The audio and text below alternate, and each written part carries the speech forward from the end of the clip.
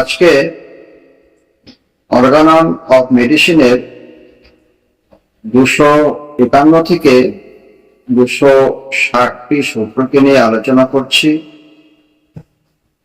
Mahatma Hahnemann 251 নম্বর সূত্রে বলেছেন, কিছু ওষুধ আছে যা প্রয়োগ করবার পর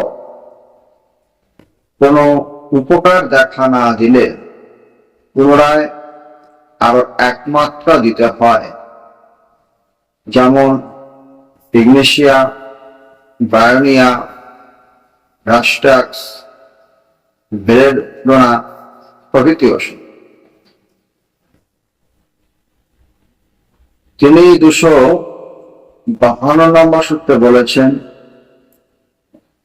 যদি কোনো সোরাজাত রোগে সুনির্বাচিত সোরানাশক ওষুধ দেবার পরও কোনো উপকার দেখা না যায়, তখন বুঝতে হবে রোগীর দেহে কোনো বাহ্যিক কারণ আছে এবং তা দূর করতে হবে।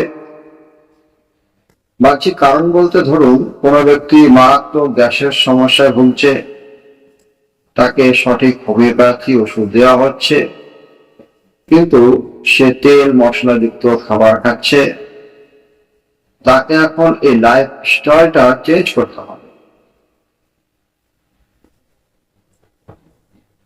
তিনি 253 নম্বর সূত্রে বলেছেন, সমস্ত রোগে, বিশেষত অচির রোগে রোগীর মানসিক ও শারীরিক অবস্থার বহিঃপ্রকাশ দেখতে পাই। তিনি 254 নম্বর সূত্রে বলেছেন, অনেক রোগী বুঝতে পারে না দেহের মধ্যে নতুন লক্ষণ আসা বা লক্ষণের বৃদ্ধি হওয়া কিংবা পুরাতন লক্ষণগুলির উপশম এবং নতুন লক্ষণ না আসা। ওষুধ দ্বারা বুঝিয়ে দেয় শরীরে উপকার হচ্ছে নাকি অপকার হচ্ছে।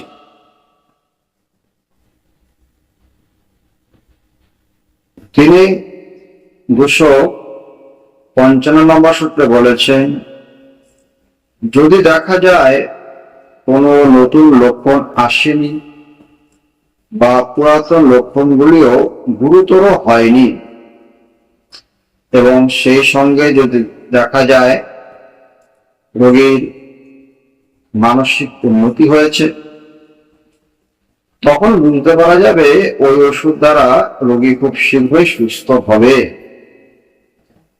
আর যদি দেখা যায় রোগী তাতেও সুস্থ না হয়, তখন বুঝতে হবে রোগীর অন্য কোনো কারণ বা কিছু দোষ আছে। তিনি 256 নম্বর সূত্রে বলেছেন,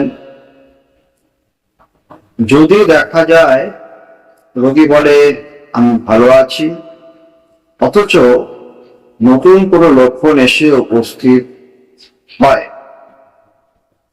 তখন বুঝতে হবে নির্বাচিত ওষুধটি সমলক্ষণ সম্পন্ন হয়নি, রোগটি ক্রমশ বৃদ্ধি পাচ্ছে। তিনি 257 নম্বর সূত্রে বলেছেন, চিকিৎসক যদি কোনো ওষুধ বারবার ব্যবহার করে সুফল লাভ করে থাকেন, তখন চিকিৎসককে ভাবা উচিত সেই ওষুধটি যেন তার প্রিয়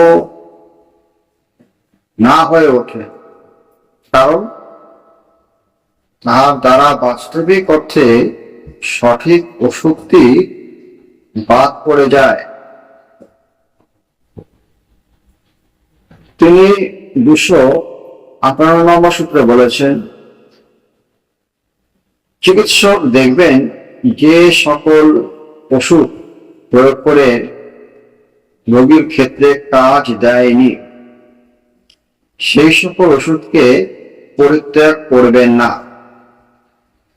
প্রতিটি রোগীর চরিত্রগত লক্ষণের সদৃশ অনুসারে যে ওষুধ সর্বাপেক্ষা বেশি উপযোগী কেবলমাত্র সেটুকি নির্বাচন করবেন। তিনি 259 নম্বর সূত্রে বলেছেন, হোমিওপ্যাথি ওষুধের মাত্রা খুব ক্ষুদ্র বলে খাওয়া দাওয়া, চলাফেরা ইত্যাদি বিশেষ নিয়মের মধ্যেই চলা উচিত, নতবা ওষুধের গুণ নষ্ট হতে পারে। তিনি 260 নম্বর সূত্রে বলেছেন, বিশেষ করে শিরোরোগের ক্ষেত্রে খাবার, খাদ্যাদি ও চলাফেরার বিধিনিষেধ সঠিকভাবে না মানলে রোগের বৃদ্ধি ঘটায়।